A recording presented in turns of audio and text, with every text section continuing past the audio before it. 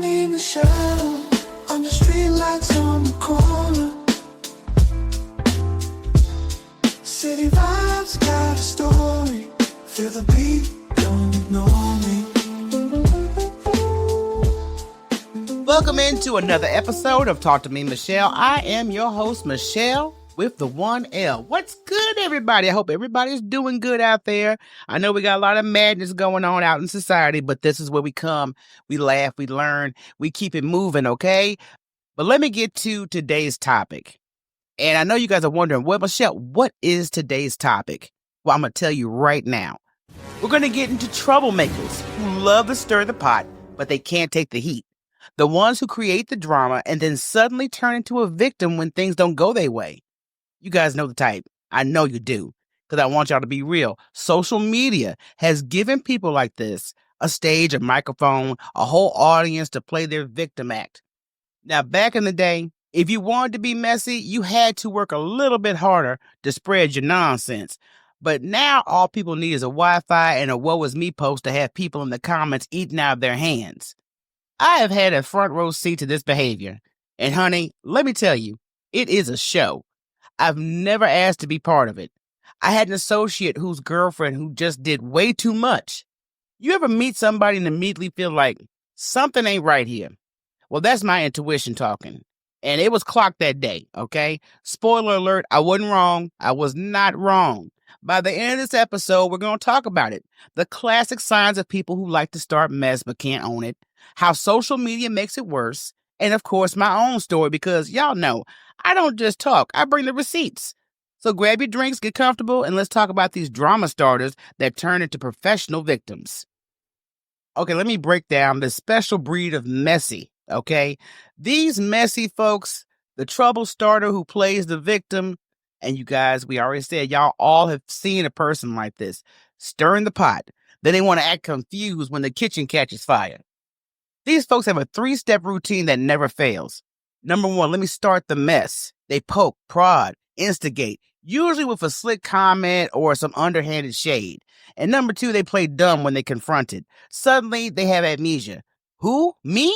I didn't do that. I was just minding my business. Half a no, you weren't. You were not. And thirdly, they like to cry victim. They rewrite the history, leave out the parts where they were dead wrong, and suddenly the world is against them.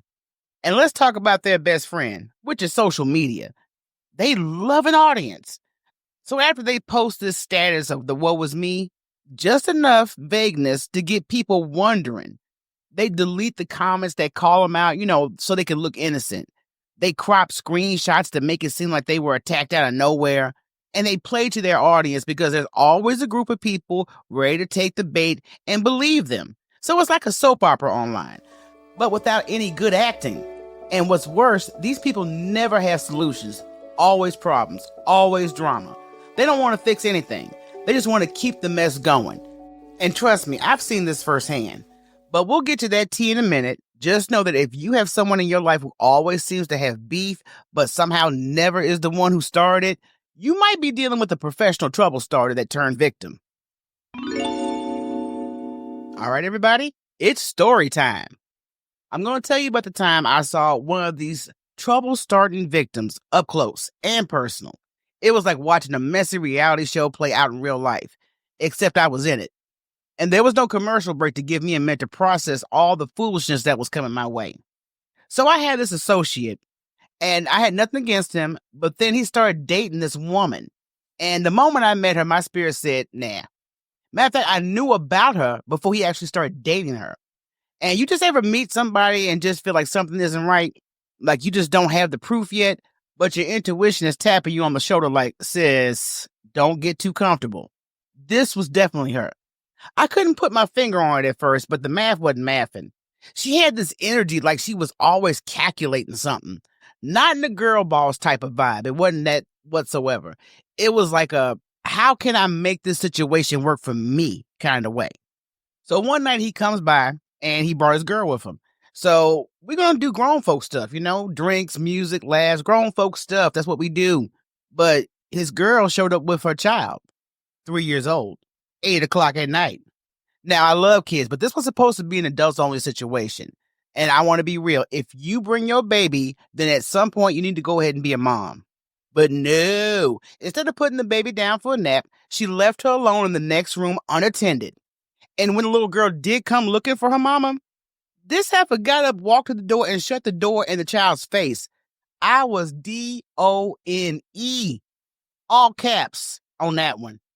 At that point, I was like, oh no, I can't party while this baby is out here sitting by herself. So I went out there to sit with the child because clearly somebody needed to be the adult in this situation. Meanwhile, her mom was in the other room living her best life, completely unbothered.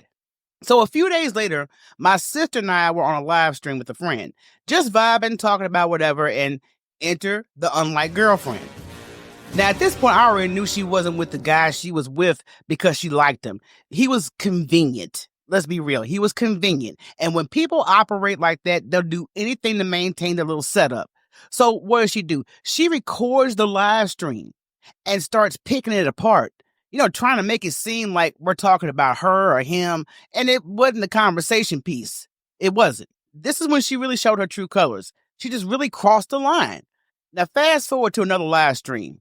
This grown-ass woman gets into it with my sister. Now, if you know me, I don't do no back and forth with folks. I don't like the vibe like that. But this woman decided to take it there. So she starts running her mouth, not just at my sister, but at my family. She had the nerve to talk about my recently deceased mother, my father who had nothing to do with this, and my child who has special needs, which she made sure she announced. And at this point, I'm like, oh, this what we doing? See, people like this think they can say whatever and not deal with any consequences. And she thought she was going to get a reaction out of me that she could later spin and see I'm the victim moment. I spoke some short words. I'm not going to repeat what I said to her, and I left it at that. Now, a few months later, here she comes popping back up in my circle. She's hanging around people I know, but I know she's downplaying what really happened between us because she's telling them enough of the story to make it seem like we had a little falling out. But she conveniently leaves out the part where she disrespected my family, my child, and my deceased mother. And you know what's funny? I warned my mutual friends. Even though I knew they peeped it, I still had to warn them. I just told them, watch out. She's got a pattern. And this is not the first time I've seen her in some nonsense. But, some people, you have to learn the hard way. Because some people do want to get to know folks for themselves and not go off hearsay. I understand that. Sure enough, she started doing too much. Putting their friendship at risk, being messy, and then trying to play victim again. And you know what? That's the real lesson here. People love to tell enough of the story to get sympathy, but never the part where they drop the ball. They want you to see them like they're innocent, so you can side with them. But the truth always comes out. And if you're paying attention, you'll notice the pattern. They always have a new enemy. They never admit to their role in the drama. They keep running the same game with new people. Best thing you could do, let them play their game. Just don't be a participant. Now, let me break down that we do have fence riders and drama starters. And sometimes you get a combo of a happy meal, which is a really dramatic meal. You ever meet somebody who just somehow stays in the middle of every situation, acting like they're not involved, but they are the common denominator in all the mess? That's them. I'm going to break down their signature moves because once you spot these patterns, you'll know exactly what you're dealing with. This is a classic move. When things blow up, they suddenly become a victim of a tragic misunderstanding. And they'll be saying things like, I don't know why she's mad at me. All I did was ask a simple question. No, you instigated the whole situation. I just shared what I heard. I wasn't trying to start anything. You knew exactly what you were doing. They leave out key details like how they were the ones stirring the pot in the first place. Selective storytelling at its finest. And you're going to see these people thrive off mess continuously. These people love drama like it's their full-time job with benefits. They're always in the middle of some nonsense. But when you call them out, they hit you with, I don't like drama. Yo, you are the drama. They have a front row seat to every argument, all the tea, all the screenshots for days. But somehow it's never their fault. Just know, they're not in the drama. They are the drama. Now, they can also be very crafty. They plant little seeds of doubt in every different friend group, and they sit back and watch it grow. If you hear them saying, I don't know why she don't like you. I mean, she said some things, but I don't want to start nothing. You just did. You just started something sharing that information. I think you should be careful around her. She told me something about you, but I promised I wouldn't say anything.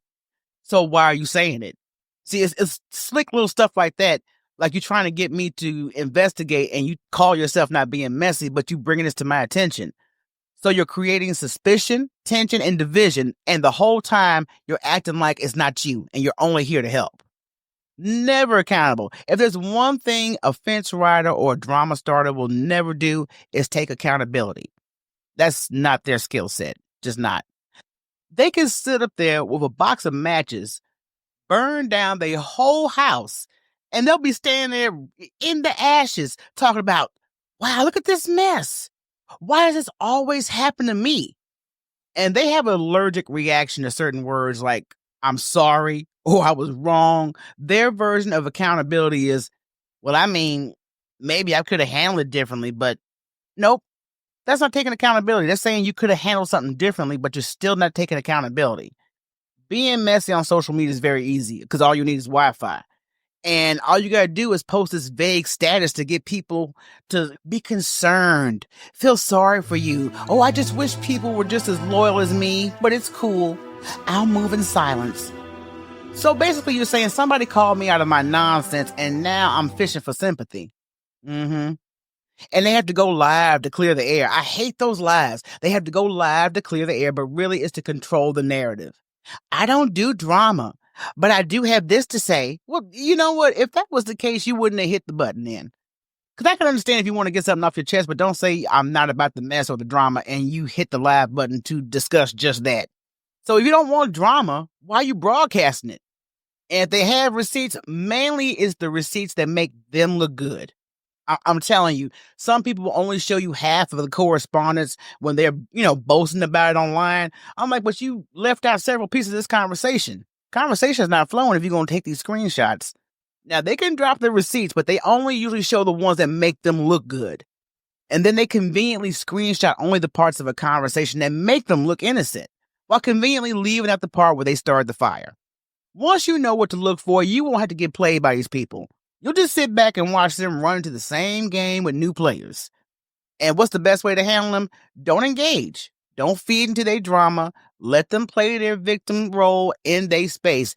Surround yourself with people who keep it real. The truth doesn't need an audience, but lies always do. So now we know how to spot these messy, fence-riding, drama-loving people, okay? I want to talk about how you can handle them. Because trust me, engaging with them is like arguing with a toddler who just learned how to lie. It's exhausting and it's pointless. So let's discuss how you can keep your peace and petty in check. First of all, listen to that little voice.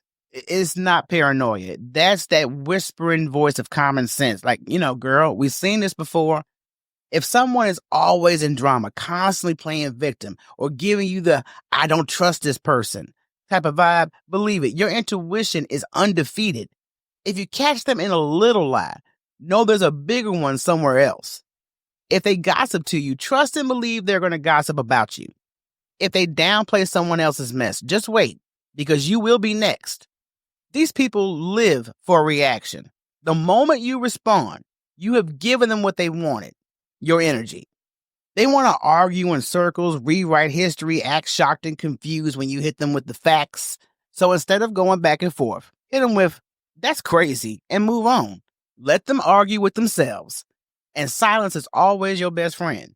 Because when you stop feeding the fire, they have to go burn themselves out. Now, I'm not saying be petty, but I'm saying be prepared. Keep text messages. Keep the voice notes, just in case they try to flip the script. But don't be out here posting expos and receipts online. That's their move, not yours. Trust me, people who know you won't need proof. And people who don't like you won't believe it anyway. Messy people only stay in your life if you let them. You don't owe anyone access to you. You don't have to explain why you're distancing yourself. You don't need to make an announcement. Just exit quietly.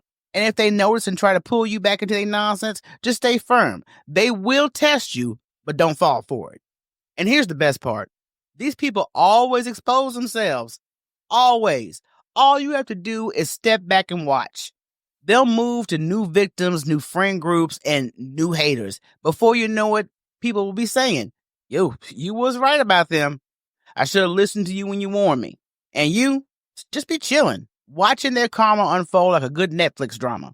But be clear, you are not their audience, or their therapist, or their cleanup crew. Let them play the victim. Let them twist the stories, chase the drama. Just don't let them do it on your time.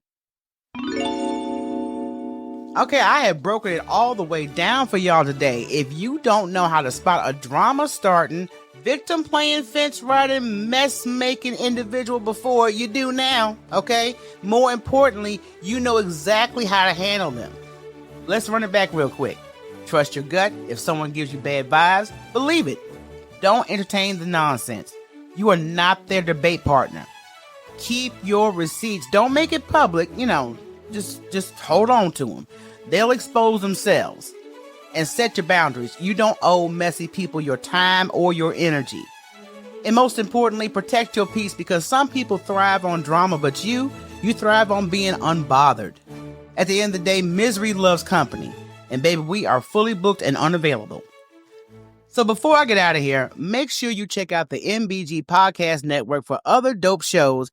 And if you love what I do here, you can support the podcast at buymeacoffee.com/Talk to Me Michele, because a little caffeine keeps the content coming. This officially wraps up the season, but don't worry. Season 4 is coming in hot on April 1st. Mark your calendars, because you know I'm coming back real, raw, and ready. Until next time, I'm out. Peace. Talk to me, Michele.